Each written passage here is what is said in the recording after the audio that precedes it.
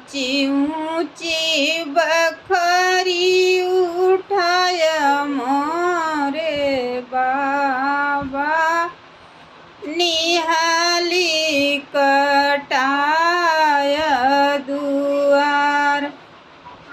ऊंची ऊंची बखरी उठाय मोरे बाबा निहाली कटाय दुआर। घोड़वा चढ़ल आवै दुलहे कान्हा राम आरु झई माउरवा क घोप। भीतराही बाट्यू की बहरे रनियावा लोकत्यू माउरवा क घोप।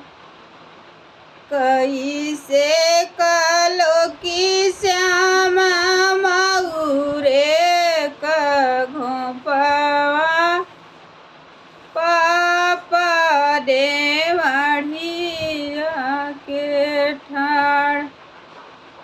इतनी लाजा धुरी जाऊ हो तुमोरी रनिया बाबा घरे रहत्यू कुमार।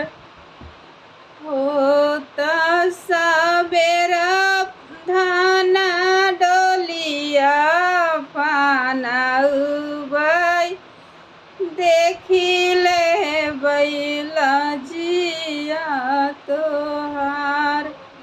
होत सबेर धान डोलिया फानउबै देखिले बैल जिया